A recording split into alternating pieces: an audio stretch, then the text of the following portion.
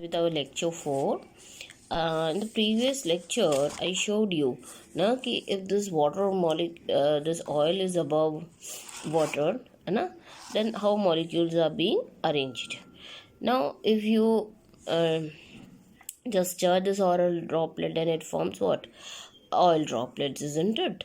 Now how will the molecules be arranged if they are in these droplets? So I'm going to show you, but you can also think, use your brain, and then you can see the video further and just see whether your diagram is matching with my diagram or not. Now you see that here, what is this? This is your head and the tails. So all the tails they form a cage-like structure, isn't it? And all the tails are facing each other and heads are facing what? Towards water, isn't it? Outside is water and inside these heads are their tails are facing, which is hydrophobic in nature, that is water repelling, isn't it? Now let's come to the cell, and now look at the cell. Now if you look at a cell, this is your cell, these are the cells I have made for you. Now the inside part of the cell is called as what? Intracellular, that is within the cell. You know that the within the cell also, it's mostly more than 70% of it is what? Water.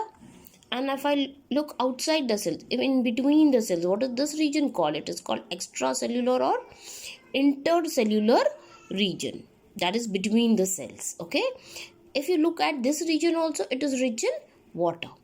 So can you think now, how will these lipids molecules will be arranged on a membrane? Because both the sides, what we are saying, that there is water. So see, if you go through the discovery of this membrane, how membrane structure was discovered, there's a long history behind it, and you can go and read, and it's very interesting. Various experiments are there in it. I've shown you diagrammatically here. You can see here. See what I have done.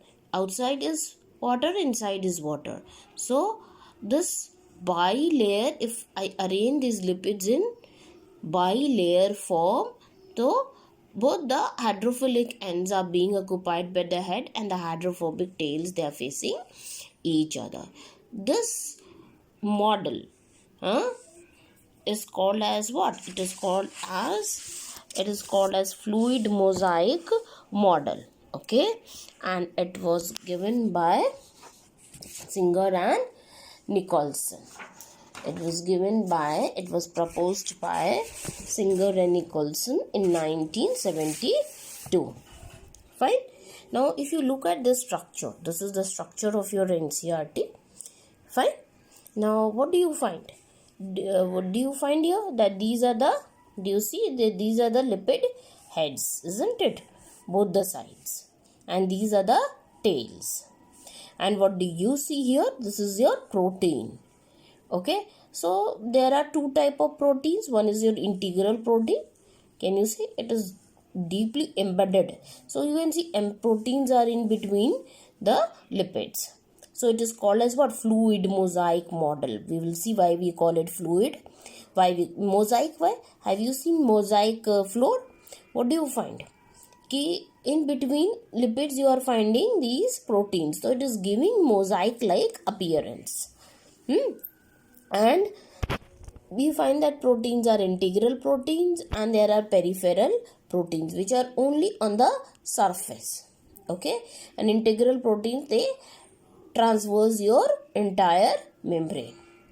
And this membrane has got lot of structures. You can see here on the membrane, what do you find? That it has got glycoproteins on it. Fine. These are what? This is your protein. Can you see that? This is your protein. Fine. So since this glucose moiety, or you can say carbohydrate moiety, is attached to this protein, therefore we are calling it as glycoprotein. Similarly, you can see here these green ones. they are attached to the lipids, isn't it? We are calling them as what? Glycolipids. And these molecules, they also play very important role in cell recognition. Okay, then later you will read about what? You will read about major histocompatibility complex. I'm not going to deal with that major term right now, but just remember that this membrane, you can jot down the functions of the membrane. It has a lot of function. What is one of the major function of your membrane? Okay, what is the major function of your membrane? Okay, its major function is what? To transport substances, isn't it? Now we will look into that. Before that, we called it as what? Fluid mosaic model. Why we are calling it as fluid? Let's see that. See here, there were scientists, two scientists, Larry Fire and Michael Edney. What they did, you can see here that this is a mouse cell and it has got proteins on that membrane, okay, and human cell, it has been labeled. Fine. Now what do you see here? Here is your what? They fused this human cell in a mouse cell, and it is called as a hybrid cell. And after 1 hour, what they found? That the proteins are mixed. How will these proteins get mixed? Means that there is movement of these proteins. See, these proteins, they move laterally on the membrane, therefore they get mixed. So this shows that the membrane is not a rigid structure, it is a fluid like structure. Had it been rigid structure, though your body won't be flexible, amoeba won't be flexible, its membrane won't form pseudopodia, isn't it? Because it's a flexible structure, therefore they form it, isn't it? Okay, now let's look at which substances can pass through the lipid bilayer, especially your hydrophobic substances. What are your hydrophobic substances? That is non-polar molecules like your hydrocarbons, CO2, oxygen, etc. can pass through it easily.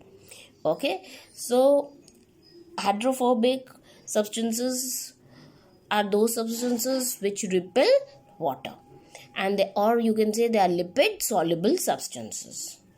Okay, and therefore they can pass through it, and you will read about these polar components, non-polar components in your chemistry, isn't it? Fine. And there are hydrophilic components or polar molecules, like glucose, water, etc. do not cross through this lipid bilayer easily. So which molecule will they use? They will use your proteins.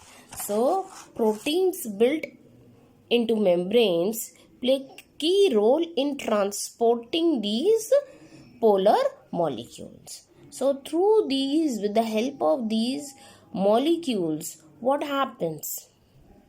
Your polar substances, your majority of substances are water soluble, and for them to pass they need what? They need proteins. Fine. So these components are, now if you look at okay, time is getting up, so with this I will like to end today. And in the next section, please jot down what are the various functions of the membrane, and in the next section we will deal with transport, active transport and passive transport. Thank you.